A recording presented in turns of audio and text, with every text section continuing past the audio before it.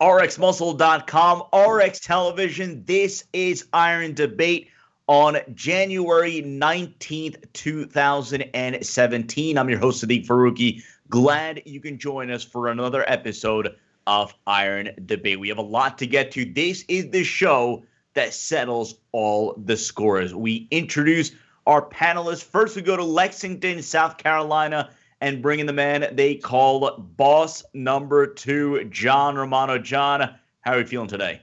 Pretty good, Sid. How are you?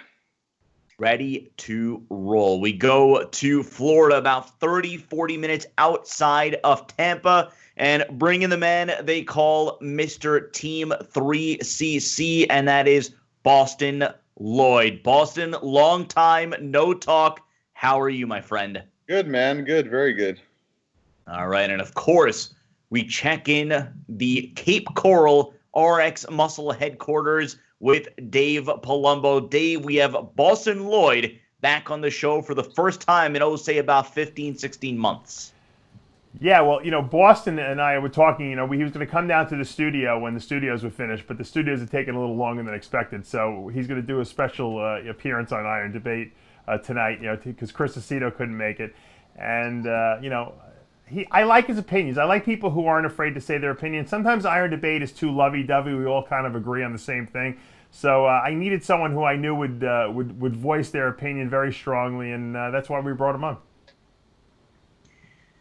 As always, this is the show that settles the score. It is all debate as we go to our first topic of the evening, and this is a topic that originates out of Iran, the Islamic Republic of Iran, and it has to do with a female bodybuilder. Her name is Shireen Nobahari. I believe Johnny is showing pictures of her on the screen right now.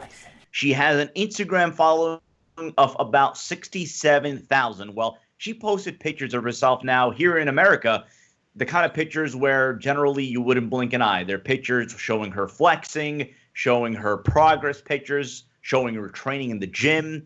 But in Iran, it is a different set of rules. It is a theocracy, and the pictures have been ruled as quote-unquote un-Islamic, saying that they show more, I guess, flesh than should be shown. Anything above the wrist, I'm reading this off an article, above the wrist, ankles, and the quote-unquote morality police has jumped in to enforce. So here's the question.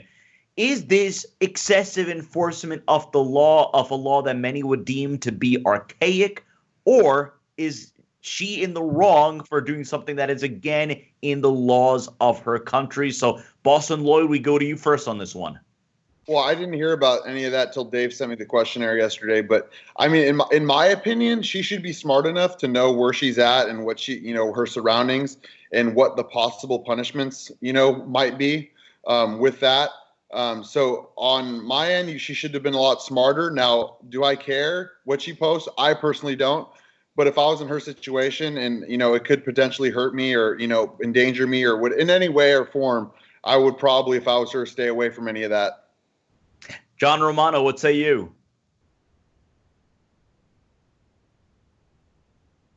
John, do we have you?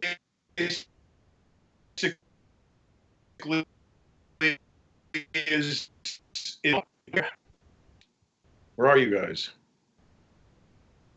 John, yeah, we have you. Go on. You were cutting out before. He's still cutting up. All right, so we're going to go actually into the problem is Sharia. Oh, we have you, John. Okay. Her problem is Sharia law. Okay, so, in Sharia law, those pictures are considered nudity and, an affront to the disgrace to the family, and they probably have to, hack her up into little pieces and feed her to the crows, according to that ridiculous book. So, so she knows that if she, now is that she's violated Sharia law, she has to stay out of countries that enforce Sharia law. And by the same token, if she was going to stay in the States, she can't live in a Muslim neighborhood because they don't assimilate. They pretty much govern themselves. So if she's anywhere subject to Sharia law, they're probably going to hack her head off. So she needs to, as Bostin said, be aware of where she is, because she cannot go to a country where they are enforcing Sharia law.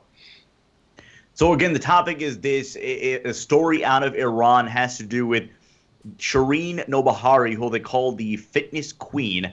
Her Instagram handle, see if I can find it, has roughly 67,000. Not sure if that account is still active right now at the moment. But Bostin, let's go back to you because you have a very interesting perspective on just bodybuilding and dealing with bodybuilders from around the world. Culture to culture, what kind of extremes do you see? We heard about that story in Scandinavia and how the Scandinavian police are cracking down now on bodybuilders or anybody they deem to be bodybuilders or I guess drug abusers, as they put it. What kind of extremes have you seen culture to culture? And I guess, for lack of a better comparison, where does this rank from what you have seen? I mean, the fitness industry, to me, is just it's coming into like a fitness porno, whether it's Facebook, Instagram. These girls, instead of chasing what they should be chasing, they're chasing attention, likes, comments, and it's like that's all they care about. What am I going to post next to get comments, this and that? And what that leads to is more derogatory, and it gets Every month I scroll on my Instagram feed, the pictures keep getting worse and worse and worse. And I mean, I personally wouldn't want, my girlfriend or fiance or, wife, whatever it is, I personally wouldn't want her posting that shit. And usually the girls that post all that stuff don't like to post anything about their actual life because they don't get really any attention with, actual life shit. They just like, putting some porn shit on there. So I think it's just a downward spiral in general, honestly. But again, just going back to what she posted, I'm looking at these pictures. I'm sure Johnny, our producer, is showing them right now. She calls herself Shireen_Muscle King, but again, people refer to her as the Muscle Queen. If you look at these pictures, she's not putting anything out there, Bostin, that's really considered, or I guess from a universal perspective. I'm not talking about, I guess, what the morality police in Iran would be looking at, but she's flexing. She's showing progress pictures. I mean, typical bodybuilder pictures. I don't see anything here that's really promoting sexuality in any way. Yeah, I mean, like I said, man, she needs to, like John said, she needs to be more about her surroundings. If she was in the United States, go for it. If you were anywhere else, go for it. But she knew the consequences. It's not like she knows that, she could post these things and get away with it. You know what I mean? And I don't know, is she in custody now? What did they do with her? Last I heard that she was. I'm not sure what came about beyond that. But, John, I'm going to go back to you on this one because, Iran is a country where it has a very proud sporting culture. Bodybuilding is a very, very popular sport in Iran.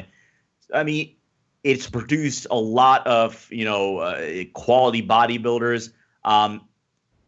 Is there a double standard at play here? I mean, again, if we're talking about the morality police and, again, there are different interpretations of Islam or any other religion. I mean, you look at it from Iran to Indonesia to all sorts of different Muslim countries. But again, Iran has produced male bodybuilders. I mean, you see the sensation right now, Hadi Choopan, and he's standing on stage. He's wearing, a Speedo. Is there a double standard at play here? Absolutely. I mean, that's the one of the tenets of Sharia law is that, the man is superior to the woman, and the women, can't even be out in public without a male chaperone. They can't drive. They got to wear those burqas and, stay covered up. And, the standard for them is like they're a possession of the man's. So they're held to a completely different standard, and it's pretty clear. They don't want them showing anything. That's why they stay covered up. Now she is this bodybuilder. She's pursuing something that she can only pursue undercover. So the fact that she's posting these pictures, to me, it's like suicide by selfie. There's no way she's going to come out of this hole. Dave Palumbo, let's go to you for this one to get the final word on this topic. Shireen Nobahani out of Iran posting pictures of herself that the morality police in Iran have deemed to be quote-unquote immoral. Where do you stand on this one? Well, I think right off the bat, she did this knowing that this was going to garner her some kind of publicity. She didn't do this thinking, oh, I didn't know. You know, she knows the law there, and she did what Rosa Parks did in this country when she got on that bus and wouldn't go to the back of the bus. Just because it's the law in their country doesn't mean it's right. It's not. It's discriminatory against women. It's demeaning. It's basically telling them, John said it, a possession.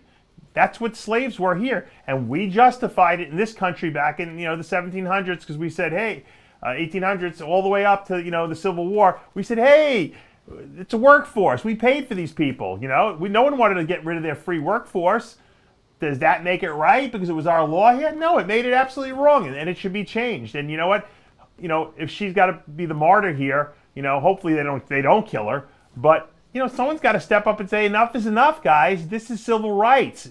It's not religion. It's civil rights now. And you know what? If she's an athlete and she wants to display herself and she wants to compete, why should she have to leave her country to do that?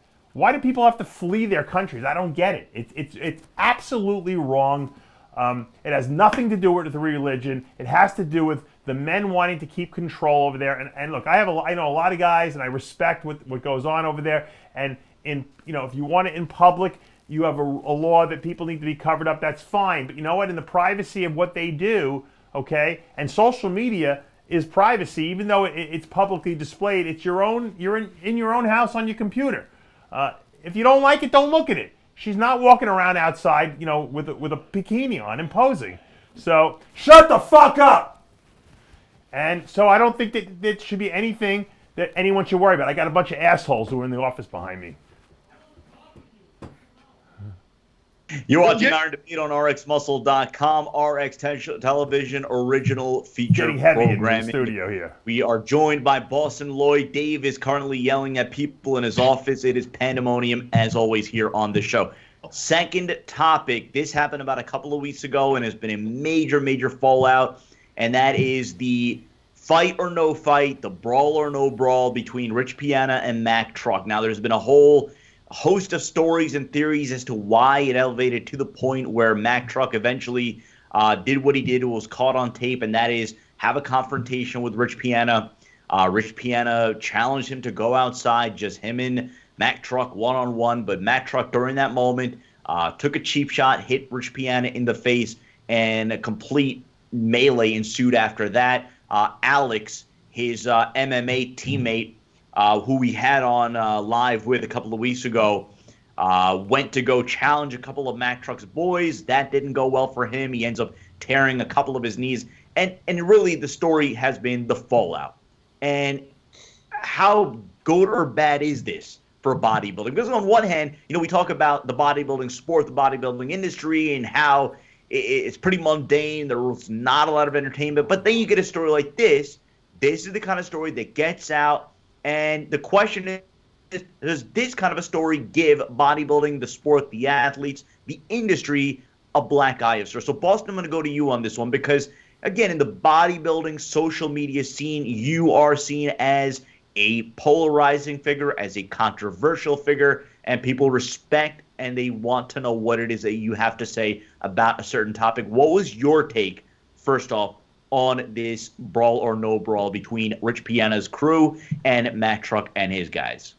I mean, Dave says it's negative to the fitness industry, which it might be, but nobody knew who the fuck Mack Truck was before this shit. I didn't really know who the fuck he was, honestly. But saying that, I think, I'm not the biggest fan of Rich. I think he bullshits, for fame. But saying that, I think Rich handled it the best way he could. I think his MMA fighter lost his temper, and that was dumb, and that it escalated from there. I don't know if the punch happened before or after the MMA guy blew out his knees. I don't know whether it happened before or after, but I personally think it's going to bring more attention to the fitness industry. But because a lot of people that follow Rich are really not in the fitness industry, they just like to watch his videos and stuff, and they'll find out about it. They'll click Mack Truck's videos, they'll see. So it'll definitely bring more attention. You know what I mean? And I don't know. That's why I don't go to expos and shows. It's just complete drama. It's a waste of money to travel. And I know people but I use it as tax write-offs. It's But why waste your time and money and energy? Like, I'd rather stay home and like sleep and eat. I don't know. To me, it was just a whole. It's just a drama thing. Well, I mean, any conference, any expo where Rich Piana is, you know he's going to be having lines of hour and a half to 2 hours. He's usually top one, top two, top three expos at any convention that he goes to. But John Romano, I want to go to you on this one because you are outwardly outspoken about how this industry needs something to bring people back into interest and to break the mundane routine that we have seen over the last few years. What did you make of the fallout? Did you see this as a good thing for the industry or a negative given how much publicity it's getting? Well, I think you first have to assess, what do you want bodybuilding to be? I mean, if you want it to be made up of, the St. Mary's Boys Choir, you got to go in one direction. If you want it made up of like Hell's Angels, you got to go another direction. So, and that direction should be determined by marketability. What do the fans want to see? What kind of environment do they want to be in when they're at a bodybuilding show? I mean, I think there's a certain amount of excitement that could be had, when there's a fight imminent in the air, But I mean, not to say that I want to promote violence. What I'm saying is there's more of an edginess to a crowd that something could break out at any minute, and it's kind of like intoxicating. Well, rather than if something's boring enough, you'll put enough people to sleep that it'll just go away. Well, John, let's elaborate on one area of excitement, and I guess by the mere fact that you're at the LA Fit Expo, you're at the Olympia, you're at Body Fit, I mean, you're going to essentially the freak show, and none more defined than Rich Piana and his crew and his exhibit. You have some of the freakiest athletes there present. I mean, that's their calling card. This is not, another supplement company that's bringing out their aesthetically pleasing men's physique. No. This is, we want to show you how big and badass we are. Now, can that excitement level be achieved through that, or do you feel as if the, angle of a potential fight or what have you adds to that? And if it adds to it, is it a positive thing? Like I said, you got to determine what do you want bodybuilding to be. But I will tell you this: when the Raiders were in Los Angeles and they were playing at the USC stadium, that place was sold out, and that was kind of like an old, like Romanesque, outdoor stadium. And that place would sell out every weekend because the crowd at a Raiders game they were like insane. They were made up of bikers and hippies and, badasses. And there was 2 or 3 fights every single home game. And not a weekend went by where there wasn't. And that, there's a certain element of attractiveness to that where it's exciting, but I say that, and people are going to say, "Oh, Romano's promoting violence." I'm not promoting violence. I'm saying that the possibility or just the level of rowdiness in the crowd creates excitement, and people like to be surrounded by that, and that's why. That's why wrestling is so popular. There's a badass element to it. I think bodybuilders are badass. You got these guys like, tattooed up, muscled up, piercings, body hair, facial hair, no body hair. And they're like badass looking people. You kind of want to expect that they're going to act badass. And yeah, but it wasn't really what you want it to be. It wasn't really badass, though. It wasn't really badass. You got a bunch of 5%ers, like 20 of them just watching, and you're like, if they had any loyalty to Piana, they would have jumped in. I mean, I don't know. That was just sad. It could have been it could have been a brawl, but I think everybody's like, too reserved about it. It's if you want bodybuilding to appear squeaky clean, then this shit's got to go. And everybody's got to tone it down. And guys like Piana gotta kind of chill their image a little bit. And everybody needs to be perceived as less of a badass, because when you see a dude roll up in his jacked up truck with tattoos and muscles and facial hair and piercings and And all it gets at, you are not looking at the St. Mary's Boys Choir's, tenor. So it's if you guys are promoting that image, if that is the image that's being promoted, and it's not just it's not just piano. There's a ton of them, and MMA is just as bad, and wrestling is too. But if that is the image. So the image is they're a badass. If we want to look at it the other way around, then they got to change their image, because you can't give off one vibe and expect another. Right. But, again, I'll say this as somebody who is still fairly relatively new to the industry. When I see Rich Piana's crew, yeah, they're badass, but I feel as if it's a different type of badass, not the badass we're looking to start trouble, we're looking to start fights. I haven't seen that angle out of Rich Piana's crew. But, Boston, I want to go back to you because you said something interesting. In assessing the whole situation and how more or less nobody knew, or not nobody, but not a lot of people knew who Mack Truck was. And now because of this, he's gained a ton of exposure. Is there a part of you, because a lot of people are floating this around, is there a part of you that thinks this was all staged and this is all cooked up and now there's another thing to talk about? It definitely wasn't staged. I don't think Piana is the drama type. He's more like me, where he would rather just do his own shit, even though he asked for drama. In some ways, I honestly, talking to Rich, he doesn't like the drama.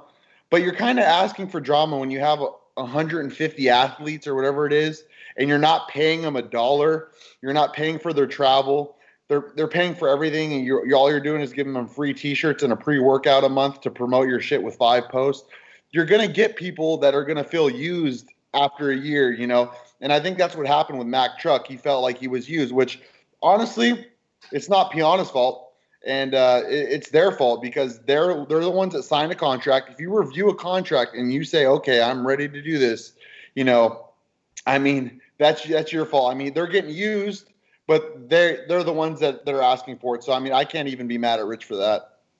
Well, boss, let me ask you another thing, because it's funny how these are the kind of stories, and I say this because RxMuscle, we're reporting the news, be it on a stage or be it a convention brawl, and we see the kind of reaction that we get from our fans and the fans that kind of are symbolic of the bodybuilding fan base, right? So what we find is that where there is drama, you have ratings. Where there is drama, you get a lot more likes, a lot more comments, a lot more overall engagement, and that's kind of given birth to a whole cottage industry of blogs.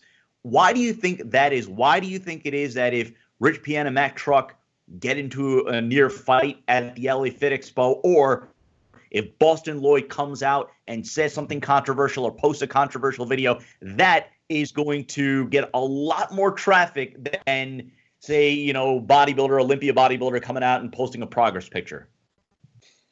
Yeah, because it's like fighting. People are like all about that. I'm not, but people like that shit. They're like, oh my God, he They get all excited about it like little kids. But I think controversy is good in a lot of ways, but I think controversy is good when everyone's lying and you got a few people that are actually telling the truth about what goes on. So now people are comparing and contrasting two different views. You're comparing and contrasting sponsored athletes who are lying out of their teeth, and then you guys that are doing their own thing that are truthful, and there's very rare few of the truthful ones that I've spoken to. But like I said, if everyone does one thing and some guy comes out like I did and did that 1 year steroid transformation video and listed, right, the 10 grams of steroids I did or whatever it was, people are going to be like, what the fuck? And they're going to want to see that. You know what I mean? And people were like, you didn't do all that. And I have no reason to lie about that. Ariella was pinning me. I was doing 25 cc's a day. It was just insane. You got that right. I did. Save that one for the next topic, Dave. I'm shooting 9 cc's every other day right now. That's moderate to me. You don't have to add any fat to your diet. Yeah. Dave, let's go to you on this one to put a final word on this topic. Again, we've had multiple broadcasts dedicated to this topic, and that is Rich Piana, Mack Truck. From a perception issue, from, I guess, outside the bodybuilding world, is this the kind of exposure that the bodybuilding industry needs, or is this going to cast more of a negative light on the bodybuilding industry and as a whole? Well, aside from the fact that Alex got injured, it really, as John originally said, it wasn't a fight. It was more of an argument that looked like a fight or could have been a fight. I think Bostin has it right. I think that Rich is very successful in his business model of what he's doing, and I think a lot of people are jealous of him. Everyone wants to latch onto him and be part of Team 5%. And then when he lets them come on, and everyone, look, I know I had this happen with me. People come and they say, look, I don't want any money. I don't want you to fly me. I just want to hang out at the booth. And so you do that. And then, all of a sudden, these people that were no ones, everyone knows who they are because Rich makes them popular. And then all of a sudden, they think that they should be paid. But the truth is, without Rich, they're no one.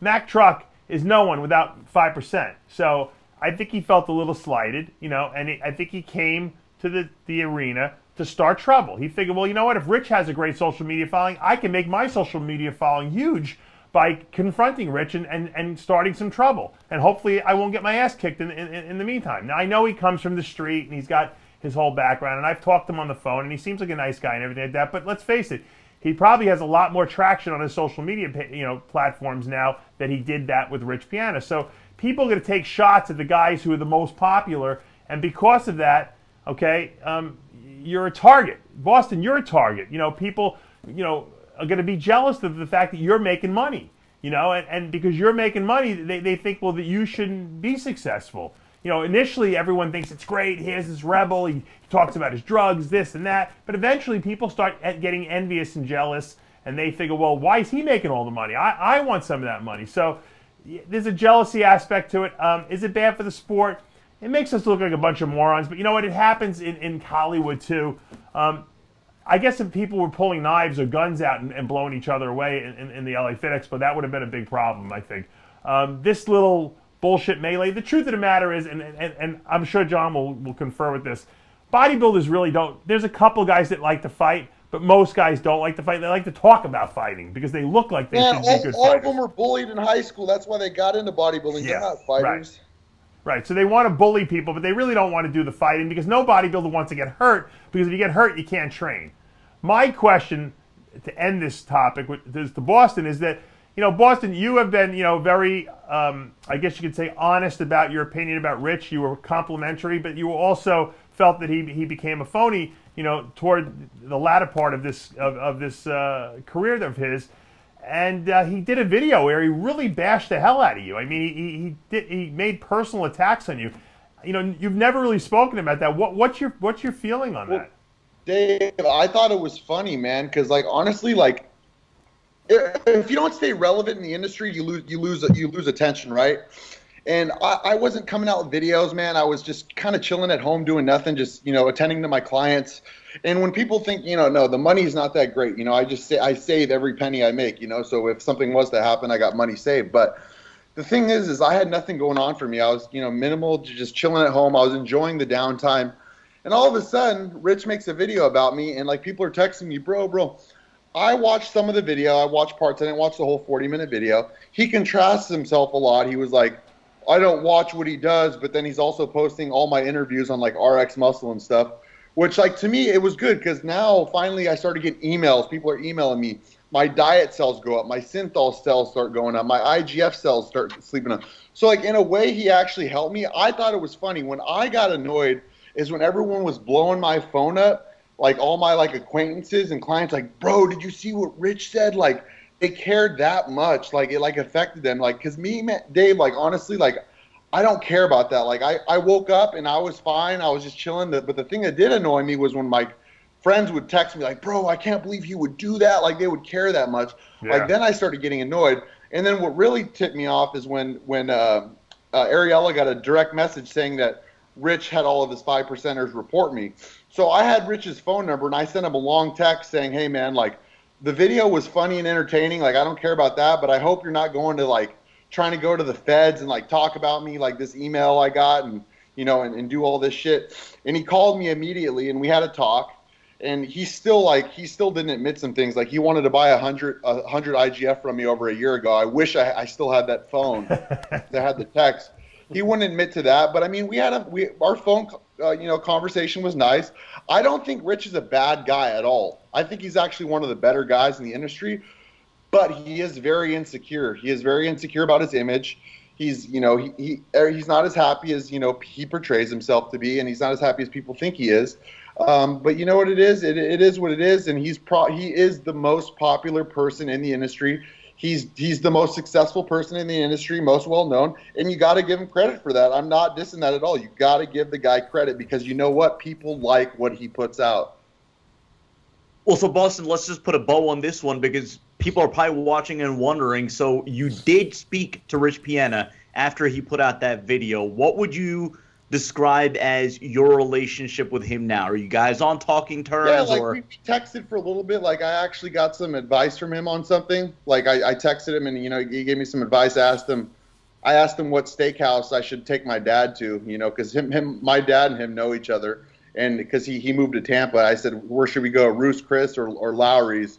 And, he said, he's told me Texas de Brazil or whatever it was. But no, like, I don't hate anyone in the industry, honestly. I don't hate anyone, honestly. Like, I'm not a hateful person unless you like directly affect my family or like, hurt my family. Yeah, I don't care. It's just like, for me, I just live my life. So no, like, I have no hard feelings with Rich. I don't like how kids come up to me fat as shit saying, I'm eating 8 meals now, but I'm trying to get to 12, and they're like all bloated and fat and shit.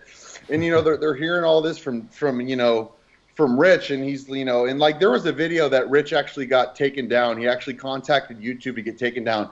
It was when he was with Mutant compared to 5%. So it actually had him say it was like fuck protein. Oh no, he was like I do 3 protein shakes a day. This is my Mutant gainer, and then it would flash back to 5%. Fuck powders, they don't work. It was all this contrasting shit. And he came out and he said the reason why I did that is because I was getting paid. And in my, I have high moral standards. In my opinion, I don't care what you're getting paid. You shouldn't mislead people because that's, kids are wasting their money on bullshit.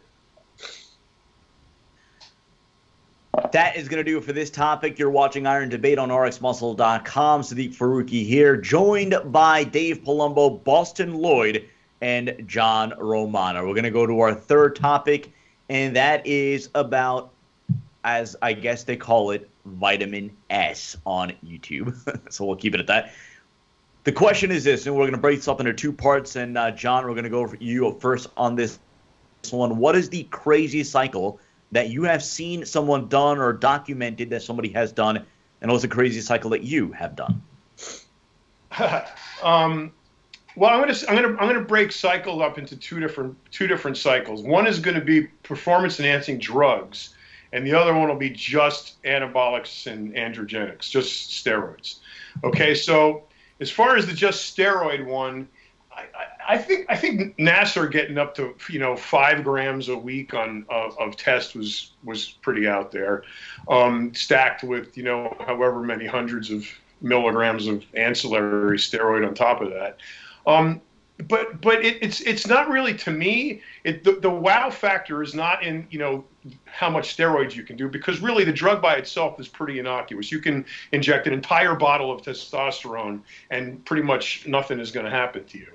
But when you look at the ancillary drugs that competitors use, to get ready to compete, and you've got a whole slew of stuff on there that's not even a peptide or insulin. I mean, there's all kinds of drugs that they use, and I think the craziest one of those, which really made my eyes pop out, was a dude named Andreas Munzer. Right. He's a German bodybuilder who died back in I guess the 90s. And he was from Germany, and a German news magazine, Der Spiegel, printed his journal entry of all the shit he was taking at the time he died. And it was just mind-boggling. I'm sure that could be found somewhere, on Google if anybody would care to see what it is. But, a lot of shit. And I think not a crazy cycle, but a crazy act of consuming steroids was one of the owners of Gold's Gym in Venice, Pete Grimkowski, Mr. World. I watched him swallow an entire bottle of Anavar before a workout. Took it out of his gym bag, cracked it open, and dumped the whole thing in his mouth, and washed it down with a Gatorade. And Boss, me, and you want me to answer what I've done? Yeah, I was going to say, let's cap it off with that. I don't think in the grand scheme of things you can say that I've ever done anything crazy. I've definitely taken some chances, and now we're all the wiser for it. But I think the biggest thing I ever did was I took a Sustanon every other day, and 200 milligrams of Tren every other day, and I think I did 300 milligrams of EQ on top of that once a week, and 400 of Deca once a week. That was it. And I was doing growth too. John, what's the highest you hear people run Deca? Because I actually was talking to a guy. I was going to work with a guy that trains, like, he trains monsters. I'm not kidding you, like straight monsters. He advised 4 grams a test and about 3 grams of Deca. What do you think about that? A week? I think that's kind of excessive. Deca, is up at 600 milligrams a week is a good dose. You could probably go up to 1 gram. After that, you're just wasting it. I agree. I don't see any. After 800 to 1 gram, I cannot see your body using more than that. Now, test on the other hand, I could see 2 to 3 grams if you have the muscle mass to support it, maybe, but I don't see it with the Deca. I don't understand that. No, because bodybuilder mentality is if 1 is good, then 10 is better. So they don't, and hardly anybody monitors their blood work while they're doing this shit. So, they don't have anything baseline to go off of. So, the bro science, the prevailing bro science is cram as much of that shit in there as you can. And that's what happens. People do stupid shit. But even the stupid shit isn't dangerous by itself. It's the insulin, it's the speed, it's the, painkillers, it's the, the Citadrin, it's, all of that shit that makes I always say stimulants and stuff that messes with your heart is stuff that can kill you instantly. The steroids aren't going to kill you, dude, taking a couple shots. You know what I mean? Absolutely not.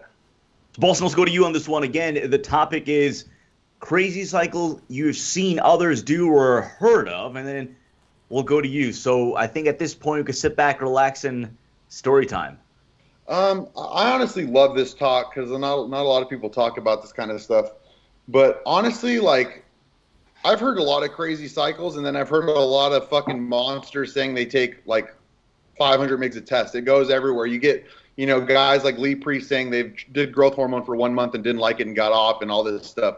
I honestly hear so much stuff. I couldn't really give you a general consensus, but probably the biggest cycle that I hear guys doing is, like I told John Romano, like 4 grams of test and like 3 grams of Deca.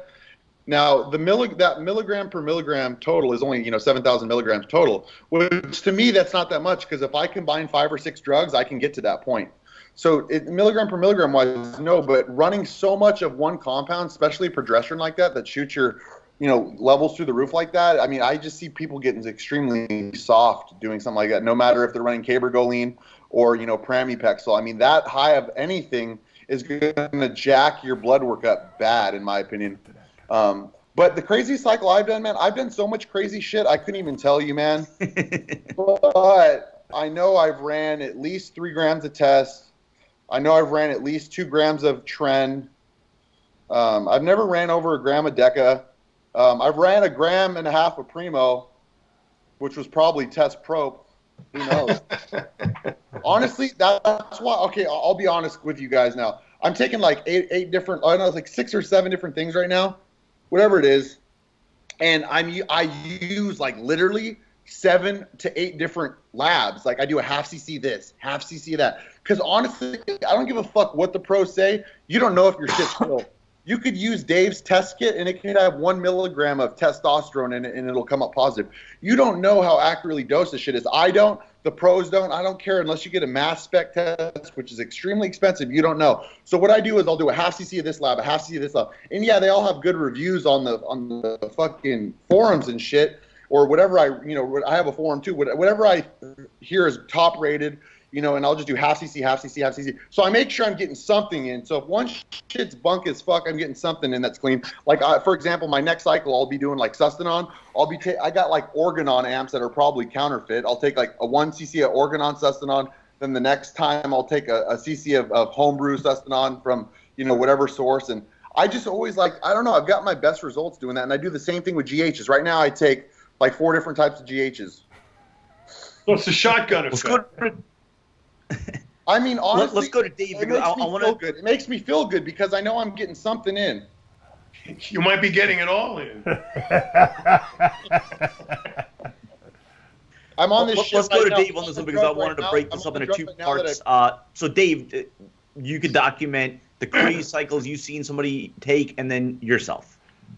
I think Boston is the craziest cycle I've ever seen. I don't think anyone's beat him. No, nobody's just admitted that. We just set the bar. I don't think anyone set the bar higher than Boston. Although you might be right, because I've had a ton of abscesses and shit that looks real funky on me, and even the pros don't really get that fucked up. You just moved Andreas Munzer's cycle to second place. I was going to read Andreas Munzer's cycle, but I'm looking at it right now, and Johnny hasn't put it up on the screen. I think it's way lower than Boston's cycle. It just has more dangerous drugs. I ran 250 milligrams of Anadrol in prep. That really worked well. It did. Per day, yeah. It worked very well. I'm going to read you Andreas Muntz. Put the Andreas Munzer's cycle up on the board there, Johnny. Weeks 1 through 10, ephedra, aspirin, clenbuterol, Valium, Captagon, which is an amphetamine, and Cytomel. Weeks 1 through 5, he's on 500 milligrams of testananthate per day. 152 milligrams of Parabolin, which was a long-acting trenbolone, per day. 150 milligrams of Dianabol per day. 150 milligrams of Halotestin per day. 20 IUs of GH daily. And 20 IUs of insulin. That's way unhealthier than my shit. That's way unhealthier. Now, weeks, it gets better. Weeks 6 through 8, he does 300 milligrams of Masteron a day. 152 milligrams of Parabolin per day, 250 milligrams of Winstrol tabs per day, 150 milligrams of Halotestin per day, 50 milligrams of Winstrol injectable per day, and 24 IUs of GH.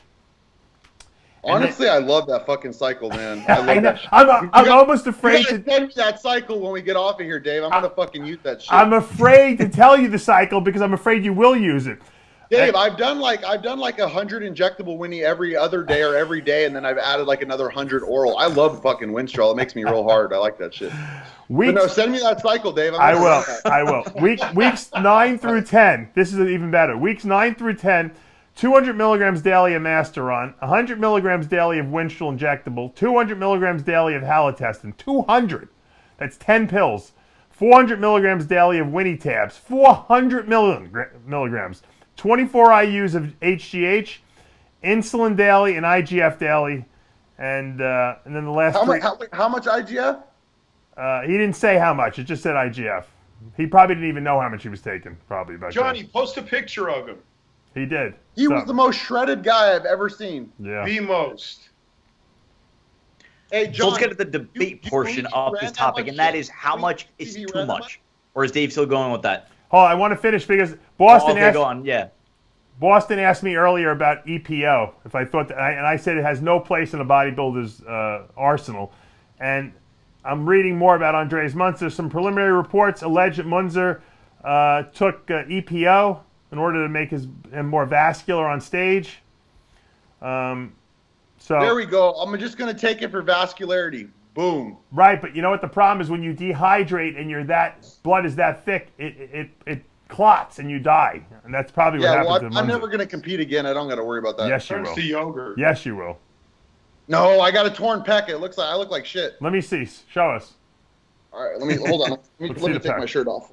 Hey, so for everyone watching, I've lost 36 pounds in like 2.5 weeks. You're doing a transformation though, right? Well, yeah, but I'm on tons of DMP and shit. How much DMP? All right, so check out my pec tear on the right. Yeah, it's not terrible. I won't get it fixed. You won't? You know? When it gets shredded, it's going to look worse. Yeah, I mean, like I said, like I competed at 240. I'm like 230 now, but I'm holding all this water from DMP, and I haven't touched a carb in fucking in like 19 days, I'm going to go a full 31 days, 0 carb. You look pretty With good. DNP? Huh? With DNP? Oh, yeah. How much DNP are you on, Boston? Dave, I believe in a short dose. Right. So right now I do only 250 milligrams, right? On my training days, and I do 500 milligrams on my non-training days. I tried 3 caps and I couldn't function. I said, fuck that. What do you think? What do you think about Dr. Tony Huge doing 1,000 milligrams per day? His shit was underdosed as fuck, because I know for a fact.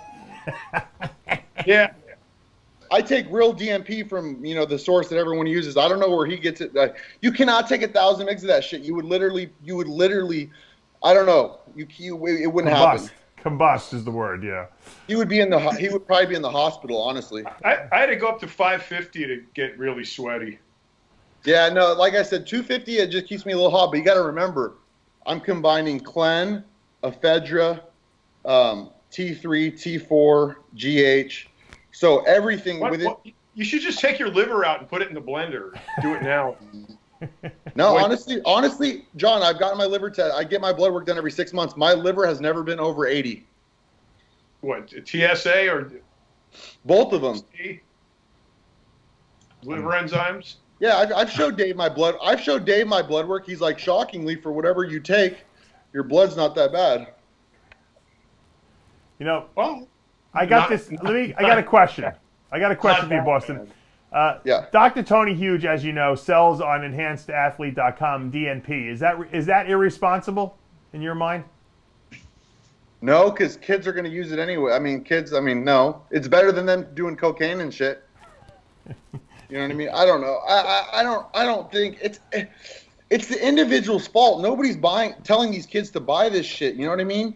You are, though. You're saying you're using it. Kids are going on steroids.com and buying some fake-ass tablets that say D-ball on them. Right. And they're getting placebo. I mean, I know I did. At 15, I was like doing pull-ups, like this shit's working, but no, I was not on shit. But you know what I mean? I don't know. I mean, it's not irresponsible because, I don't know, you could buy anything on the internet. Right.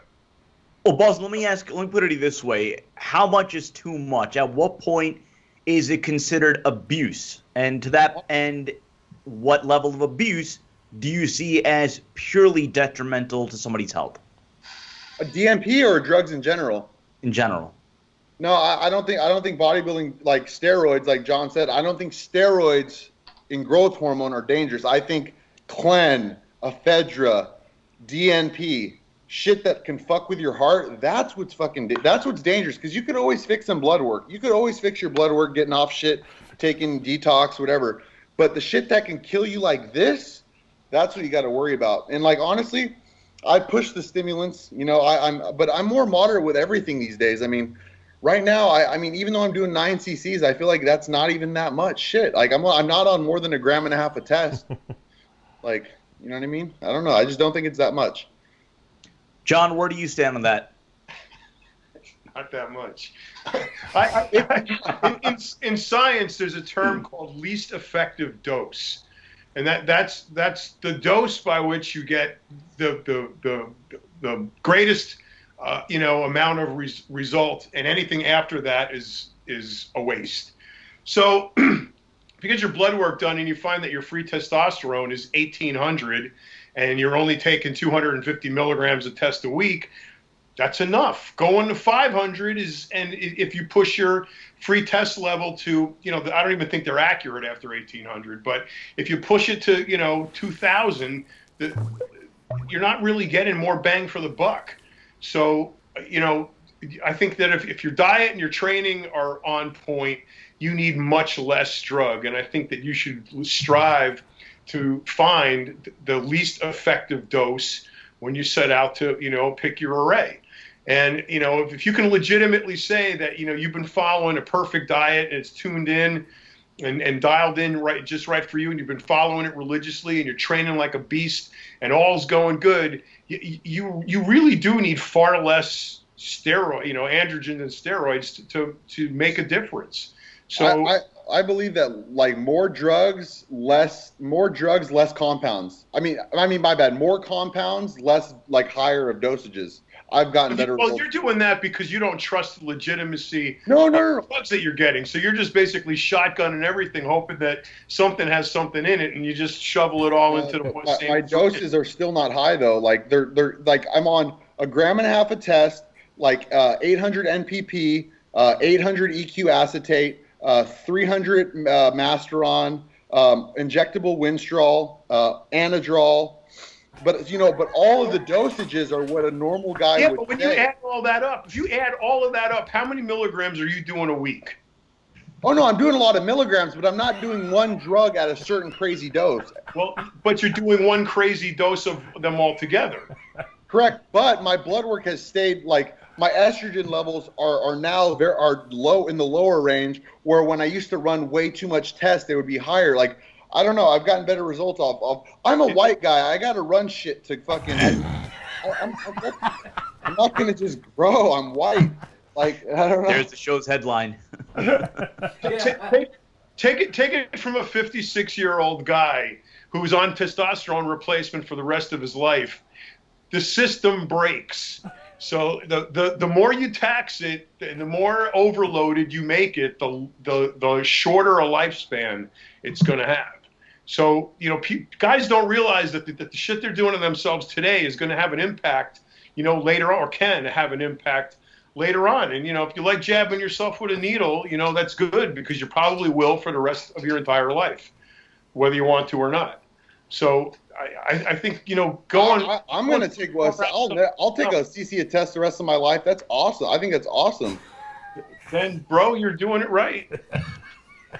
I mean, why not? You're doing it the right way. You'll be there. Honestly, my dad, when he gets on TRT, he says he feels better. His energy's better. Everything is better. Absolutely. It'll definitely be better. The thing is, the goal is to put it off as long as possible. Yeah. Then look, my mentor, Dan Duchesne, the original guru, was of the opinion that, if you added all the milligrams up for the whole week, you should be between 2,000 and 3,000. That's like on the high moderate end of what your cycle should be.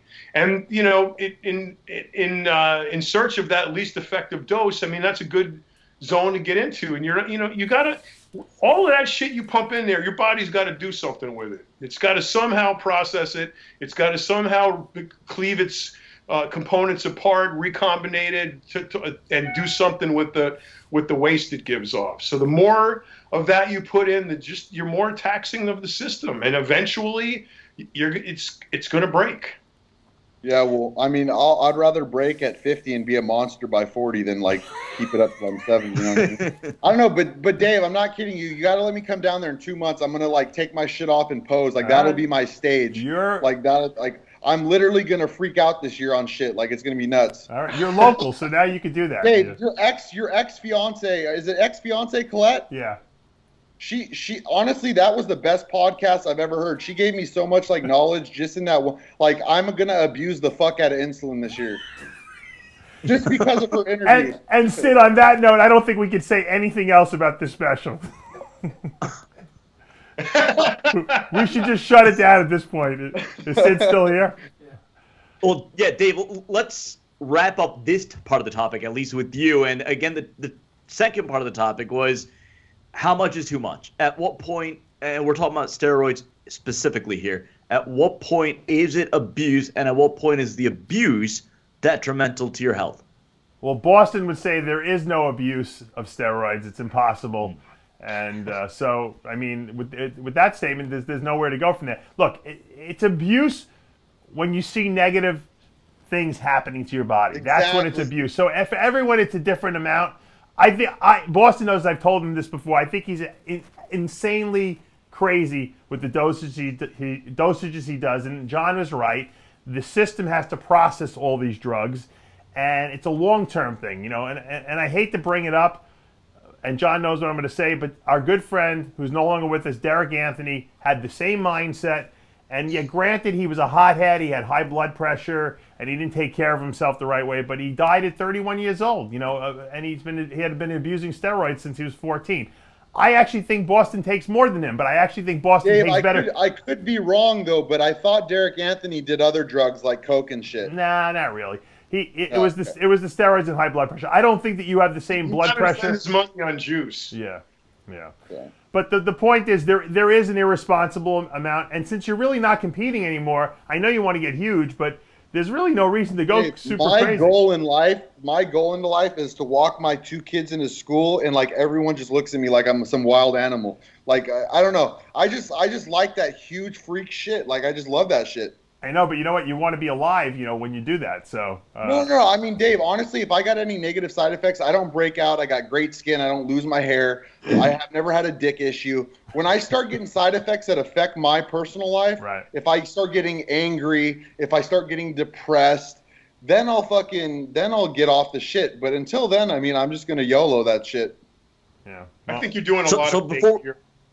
Yeah, I might. You know what I mean? It might be a lot of just oil, but hey, it's volumizing the muscle. I put that shit in a weak body part, so that shit's going to use. There you go. I want to say one thing. If anyone's watching this, I know there's a lot of people out there watching it. Don't try this at home.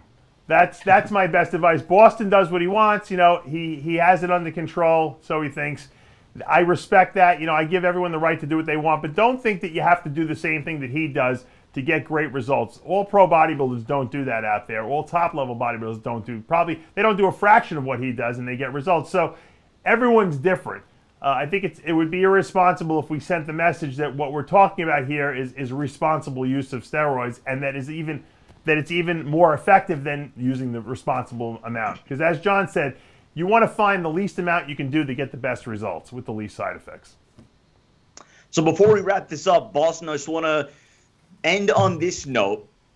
At what point could we expect for you to make a visit down to the Cape Coral headquarters, whether it's the current studios right now or the brand new studios? You would have to ask Dave, but I'll bring my trunks because I paid money for those and I'm never gonna use them again. I'll tan it. I'll tan. I'll take some injectable tanner or whatever. I'll come down there. But no, seriously, I'm like right now I'm 230. I'm gonna look like I'm not even messing around this year. I got a meal prep company cooking me some good shit. This is going to be good stuff. Right after the Arnold Classic, we'll get it. We should have the offices and the studios. When's that? Built. That's like April? That's like the middle of March, yeah. Middle of March, yeah. I'll be jacked and tan. There we go. All right, excellent. So there you go. That's one thing to look forward to. Bostin Loyd, mid to end of March, is going to be visiting the new RxMuscle headquarters, and God knows what we're going to be able to put out from there. But that's going to do it for this episode of Iron Debate. For Bostin Loyd, John Romano, Dave Palumbo, and our producer, Johnny Styles, I'm Sadiq Faruqi. We'll see you next time.